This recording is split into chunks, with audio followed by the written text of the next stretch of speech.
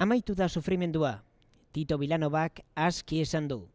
Handia izan da azken urteetako gatazka eta ezin gaixotasunaren aurkako partide irabazi. Ez da saiatu faltagatik izan, ez da animoengatik ere. Camp Nou, Santiago Bernabeu, kolore eta ideia guztiek bat egin dute. Vilanovaren amets gaiztoa Pep Guardiolaren aroko azken denboraldian hasi zen. Guruin parotidako minbizia zuela esan zioten 2011ko azaroaren 22an. Familia blaugranak erabat presente izan zuen Guardiolaren bihotzeko lagun eta laguntzailea. El meu company, el meu assistent, que encara que darrerament no ve sovint amb nosaltres, sempre hi és. Això va per tu, noi, Tito.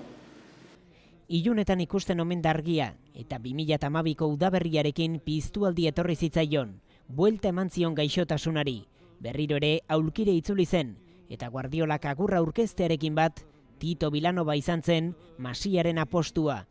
Argi utzi zuen ziklo gogoangarria etzela amaitu Bartzelonan, eta liga irabazteko moduan izan zen 100 puntu lortuz.